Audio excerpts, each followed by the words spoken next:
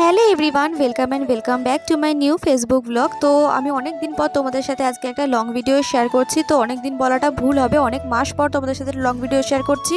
তো আজ সকাল সকাল আমি, মা, বাবা আমরা তিনজনে মিলে রেডি হয়ে চলে এসেছিলাম আমার দমদমে কাকার বাড়িতে, কারণ আজকে হচ্ছে আমার বোনের অন্নপ্রাশন। আর কাকার বাড়িতে যাওয়ার আগে চলে এসেছিলাম একটুখানি পিসির বাড়িতে। তো পিসিদের সাথে দেখা করে দিন চলে গেছিলাম কাকার বাড়িতে। আর যেখানে অনুষ্ঠান বাড়িটা ভাড়া করা হয়েছে তো সেইখানে সব রান্না বান্না হচ্ছে, তাই কাকা সবকিছু খাবার এখানে সকালে পাঠিয়ে দিয়েছিল। তো সকালবেলা ব্রেকফাস্টটা করলাম লুচি, আলু তরকারি আর মিষ্টি দিয়ে।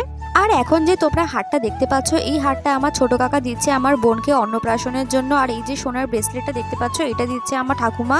আর সাথে যে এই আংটিটা দেখতে পাচ্ছ, এই আংটিটা দিচ্ছে আমার ছোট পিসিরা। আর বড় পিসিরা দিয়েছিল একটা কানের, যেটা আমি ভিডিও করতেই ভুলে গেছি। আর বোনকে আমরা অন্নপ্রাশনে কি দিচ্ছি সেটা তো আমি অনেক আগেই একটা শর্ট ভিডিও তোমাদের দেখিয়ে দিয়েছিলাম। আর বোনকে তো অনেকদিন আগেই নৈহাটির বড় মার কাছে গিয়ে মুখে প্রসাদটা দিয়ে দিয়েছিল। আর আজকে হবে মেন অনুষ্ঠানটা। আর মেন অনুষ্ঠানটা যেহেতু রাতেই হবে, তাই দুপুরবেলা শুধু আমরা বাড়িরই কয়েকজন ছিলাম। আর আমরা সবাই মিলে এখন রেডি হয়ে বেরিয়ে পড়েছি, যেখানে অনুষ্ঠান বাড়িটা ভাড়া করা হয়েছে সেখানে যাব বলে। আর সেখানে তো গিয়ে দেখি বোন একবারে রেডি হয়ে বসেই আছে। আর এখন যেহেতু অনেকটা বেলা হয়েই গেছে, তাই তাড়াতাড়ি করে এখন আশীর্বাদটা শুরু করা হলো। তাই প্রথমে আগে ঠাকুমা আশীর্বাদ করে পায়েসটা খাইয়ে গিফটটা আগে পরিয়ে দিল। আর তারপরেই আমার বাবা গিয়ে আশীর্বাদ করে প্রথমে গিফটটা আগে পরিয়ে দিয়েছিল। তারপর আমার ছোট কাকা যাওয়ার পর ছোট কাকা পায়েসটা খাইয়ে তারপরে গিয়ে গিফটটাও পরিয়ে দিয়েছিল। আর তারপরেই চলে গেছিলো আমার বড় কাকা আশীর্বাদ করে গিফটটা পরিয়ে দিল। আর তারপর আমার মাও গিয়ে টুনি আশীর্বাদটা করে নিল। তারপর বোনকে এখানে খুব সুন্দর করে থালা সাজিয়ে খেতে দিয়ে দিয়েছিল। আর আমার কাকির যেহেতু কোনো ভাই নেই, তার জন্য আমার কাকির বাবাই আজকে মুখের ভাতটা খাওয়াচ্ছে, মানে বোনের দাদুই আজকে ওর মুখের ভাতটা দিল।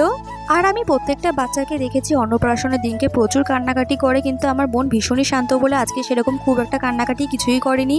তো ওইদিকে বোনের খাওয়া দাওয়া হয়ে যাওয়ার পর আমরা একটুখানি বসেছিলাম আর দেখছিলাম এখানে ডেকোরেশন করা হচ্ছিল। বোন এখানে সন্ধ্যেবেলায় বসবে, তাই পেছনটা খুব সুন্দর করে ডেকোরেশন করা হচ্ছিল। আর এখন আমরা চলে এসেছি দোতলাতে, কারণ দোতলাতে খাওয়ার অ্যারেঞ্জমেন্টটা করা হয়েছিল। তো এখন দেখছিলাম রাত্রিবেলা অনেক লোকের নেমন্তন্ন বলে এখন থেকেই সব রান্না বান্না শুরু হয়ে গেছে। তো এখন আমরা বসে পড়েছি সবাই মিলে খাওয়া দাওয়া করব বলে। আর আমাদের এইসব করতে করতে তো বেলা 3টেই বেজে গেছিল। আর টেবিলের একদিকে বসেছিলাম আমি আর মা, আর একদিকে বসেছিল আমার বড় পিসি আর পিসমশাই। আজকে দুপুরে যেহেতু শুধু বাড়ির লোকজন খাবে, তাই শুধু সিম্পলি খুব রান্না বান্না হয়েছিল। তো প্রথমেই দেখো এখানে পড়ে গেছে ভাত, আর সাথে ছিল ভেজ ডাল। ভেজ ডালটা খেতে কিন্তু ভীষণই ভালো ছিল। আর সাথে ছিল ওখানে ঝুড়ো ঝুড়ো আলু ভাজা। আর তারপরে দিয়ে গেছিলো একটা কাটা চচ্চড়ির মতন, কিন্তু আমি এইসব কিছু না নিয়ে আমি ডাইরেক্ট নিয়ে নিয়েছিলাম কাতলা মাছের কালি, আর সাথে নিয়েছিলাম মিষ্টি আর চাটনি।